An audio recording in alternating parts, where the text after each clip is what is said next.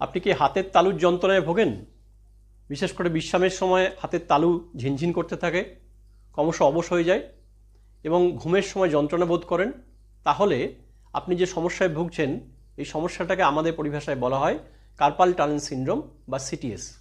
আজকের এই ভিডিওতে আমরা এই কার্পাল টানেল সিনড্রোম বাড়িতে কিভাবে আপনারা নিরাময় করবেন তার কিছু টিপস আপনাদের দেবো। মূলত যে কারণটা সামনে চলে আসে তা হলো এই হাতের এই কার্পাল টানেলের অর্থাৎ এই জায়গাটাতে যদি ক্রমাগত কম্প্রেশন হতে থাকে, আপনি যদি কিবোর্ডে অনেকক্ষণ ধরে হাতটা রিস্টটাকে এক্সটেনশানে রেখে কাজ করতে থাকেন, অথবা আটা বেলছেন, অথবা যে কোনো অ্যাক্টিভিটি করছেন যেখানে হাতটা এক্সটেনশন অবস্থায় দীর্ঘক্ষণ রয়ে গেছে, তাহলে এই কার্পাল টানেলের কম্প্রেশন থেকে এই ধরনের সিমটম শুরু হতে পারে। আমাদের রিস্ট জয়েন্টে যে কার্পাল বোনগুলো আছে সেগুলোকে যদি আমরা দেখি তাহলে তার ডিস্টাল রোতে আমরা পাবো ট্র্যাপিজিয়াম, ট্র্যাপিজয়েড, ক্যাপিটেট এবং হ্যামেট, এই চারটি বোন।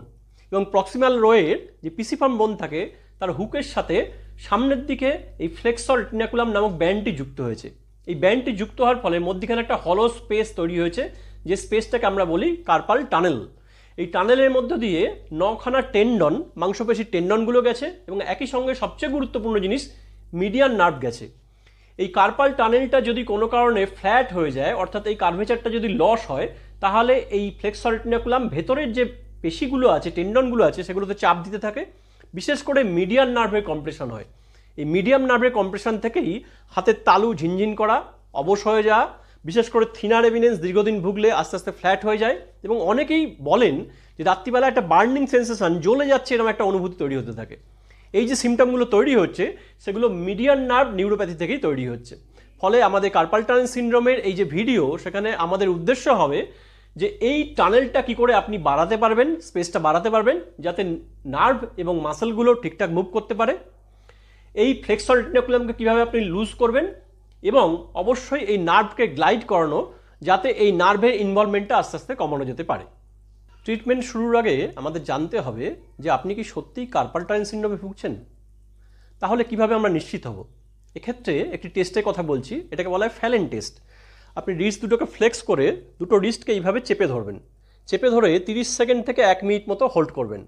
এই হোল্ড করার পর যদি দেখা যায় যে আপনার যে সিমটমটা ছিল সেই সিমটমটা রিপ্রোডিউস হচ্ছে, মানে আবার তৈরি হচ্ছে, বিশেষ করে ছবিতে দেখানো এই যে লাল অংশটা, এই লাল অংশটা আপনার ঝিনঝিন করছে, অবশ হচ্ছে, জ্বালা পোড়া বেড়ে যাচ্ছে, তাহলে আপনার কার্পাল টানেল সিনড্রোমের এটা শিওর হওয়া যাবে।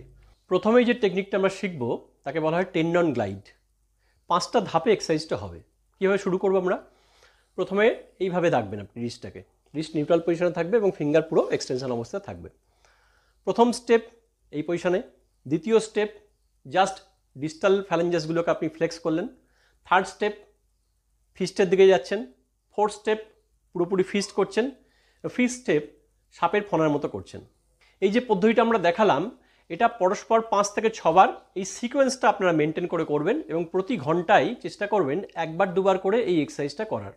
এটা আপনাদের প্রথম টেকনিক। দ্বিতীয় যে টেকনিকটা আমরা দেখব এটাকে বলা হয় নার্ভ গ্লাইড অথবা নার্ভ ফ্লসিং। এই মিডিয়ান নার্ভ গ্লাইড কীভাবে আমরা করব? প্রথমে শোল্ডার জয়েন্ট 90 ডিগ্রি অ্যাঙ্গেলে যাবে, এরপরে এলবো পুরোপুরি এক্সটেন্ডেড হবে, রিস্টটার পামটা সবসময় ওপর দিকে মুভ করে থাকবে।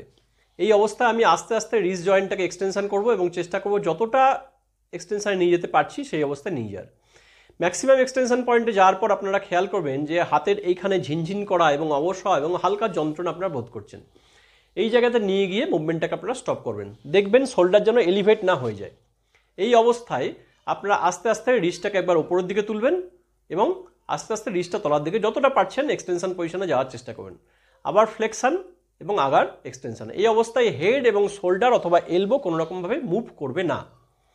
এই প্রক্রিয়াটা 6বার থেকে 8বার করার পরে 2-3 মিনিট রেস্ট দেবেন এবং তারপরে দ্বিতীয় প্রক্রিয়াটা করবেন। দ্বিতীয় প্রক্রিয়াটা কি?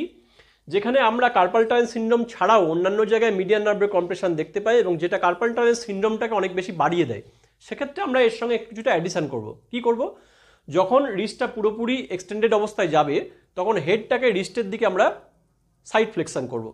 আবার যখন রিস্টটাকে আমরা ওপর দিকে তুলবো ক্রমশ, অর্থাৎ রিস্ট ফ্লেকশনে নিয়ে যাচ্ছি, তখন হেডটা অপোজিট সাইড ফ্লেকশনের দিকে যাবে, অর্থাৎ মুভমেন্ট হবে এই রকম।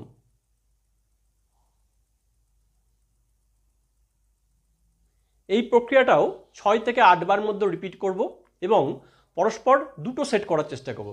দিনে 2 থেকে 3 বার আপনারা এই প্রক্রিয়াটাকে রিপিট করতে পারেন। আমাদের দেখানো পদ্ধতিগুলোর সঙ্গে আপনাকে কিছু আর্গোনমিক্যাল চেঞ্জ করতে হবে।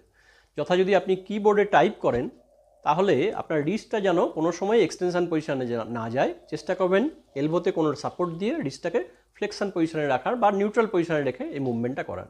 যদি আপনি আটা মাখতে থাকেন তাহলে চেষ্টা করবেন এই অংশে যেন কোনো রকমভাবে কম্প্রেশন না হয়।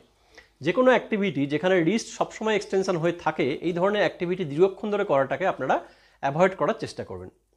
নাইট স্প্লিন্ট পাওয়া যায় এক ধরনের, সেই নাইট স্প্লিন্ট যদি ব্যবহার করেন তাহলে রাতের দিকের যে বার্নিং সেন্সেশন, ঝিনঝিন করা বেড়ে যাওয়া, যার ফলে ঘুম নষ্ট হচ্ছে, এই প্রক্রিয়াটাকে আপনারা খানিকটা এড়িয়ে যেতে পারেন। তাহলে কিন্তু এই কার্পাল টানেল সিনড্রোমের যে সমস্যা সেই সমস্যা থেকে আপনারা উত্তীর্ণ হতে পারবেন এবং এই যে সার্জিক্যাল প্রসিডিওর সেটাকে আপনারা এড়িয়ে যেতে পারবেন।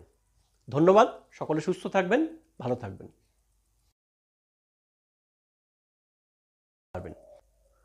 কার্পাল টানেল সিনড্রোমের ট্রিটমেন্টের যে এক্সারসাইজ প্রোটোকলগুলো আপনাদের দেখালাম এগুলো ফলো করার সাথে সাথে যদি আপনারা এই কার্পাল বোনগুলোর বা ইন্টারকার্পাল জয়েন্টে যদি মোবিলাইজেশন করতে পারেন, তার সাথে সাথে ডিপ ফ্রিকশন ম্যাসেজ ফ্লেক্সার রেটিনোকুলামে, যদি ইনফ্লামেশন থাকে সেক্ষেত্রে ইউএসটি এবং টেন্স দেওয়া যেতে পারে যদি পেন, ঝিনঝিন করা, এই প্যারাস্থেসিয়া, নামনেস এটাকে কমাতে চান।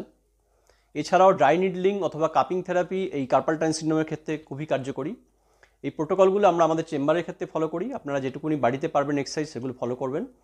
এরপরে যদি দেখা যায় যে এই কার্পাল টানেল সিনড্রোমের সিমটমটা আপনার রয়ে যাচ্ছে এবং এটা আস্তে আস্তে খারাপ হচ্ছে, তাহলে আপনাকে কোনো অভিজ্ঞ কোয়ালিফাইড ফিজিওথেরাপিস্টের কাছে যেতে হবে, যার কাছে এই সমস্ত প্রোটোকলগুলো আছে, এই সমস্ত ইনস্ট্রুমেন্টগুলো আছে। এগুলো মেনে চললে আপনি সার্জারি এড়িয়ে সুস্থ স্বাভাবিকভাবে জীবনটা কাটাতে পারবেন। ধন্যবাদ, সকলে সুস্থ থাকবেন, ভালো থাকবেন।